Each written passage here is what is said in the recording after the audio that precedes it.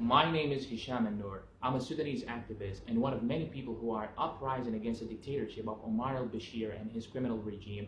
I'm recording this video to show you how bad the situation is in Sudan, especially that I might not have another chance to record this after being threatened to be killed and lynched in public for letting people know about their constitutional right. That is my only crime, which I'm proud of. On December 19th, 2018, Sudanese people got together and peacefully demanded the Sudanese government to reconsider their reckless economic decisions that have been damaging the citizens of Sudan. Ever since Mu'taz Musa took over two governmental positions simultaneously in an unprecedented event where he was assigned as a prime minister as well as the minister of finance, the prices of bread, main food supplies, and medications have doubled, and so has the inflation rate, not to mention that they're on their way to lift subsidy of all products.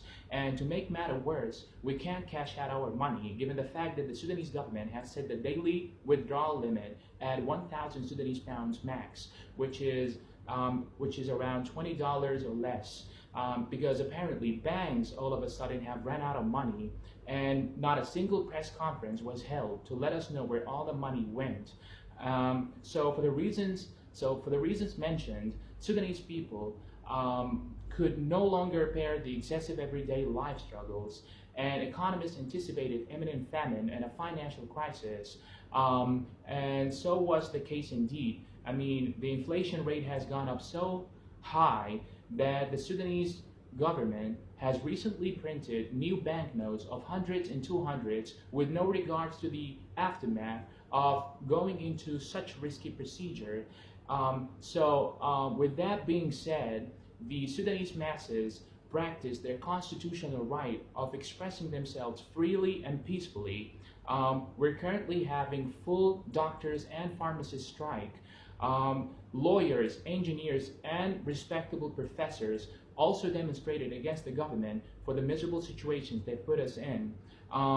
Yet the criminal regime in Sudan chose to suppress unarmed protesters with their heavy weapons, resulting in over 52 deceased citizens over the course of 6 weeks. Most of them are only boys under the age of 24, let alone the hundreds of detainees of both genders whose backs were extremely injured by cruel whipping. Two boys lost their hands. A young man and a woman lost their right eye. A doctor was shot 14 times for treating injured protesters. A teacher was tortured to death by sticking a metal object of 52 centimeters long up his bottom, and to top it off, he was brutally beaten until his kidneys totally stopped functioning. I personally cannot leave my house. I can't meet my friends. I can't even get together with my family. I can't practice my constitutional right. I can't even pray in the mosque. I'm really worried about my own safety. My aunt was pulled over by a woman that works for the government who threatened her to have her 3 children killed if she doesn't give me away.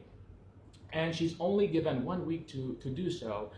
So that's why I'm desperately recording this video, begging the UN, the foreign embassies in Sudan, the human rights organizations, and every other organization that has devoted itself to protect the rights of human beings, and even active individuals like George and Amal Clooney, that I hereby kindly ask you to step in and spotlight our issue with no further delays to help us to put an end to this criminal, unlawful, and non-humanitarian regime.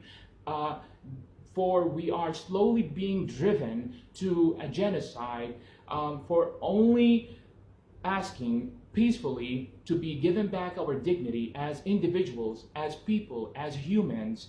I also urge Al Jazeera, CNN, BBC, Fox News, DW, Al Arabiya, Al Sharq, NBC, the New York Times to fulfill the professional standards and ethics of journalism and media, to reach out to the rest of the world, holding up our voices, the masses' voices that you swore to protect, foster, and deliver, so we can make the world better, more civilized, safer, and dictators free. We have another march coming up on Thursday, February 7th, which is tomorrow. It's located at the Arabic Market at 1 o'clock. Help us not to get killed in the streets. And to my people, tasgud bas, and that is all, it must fall.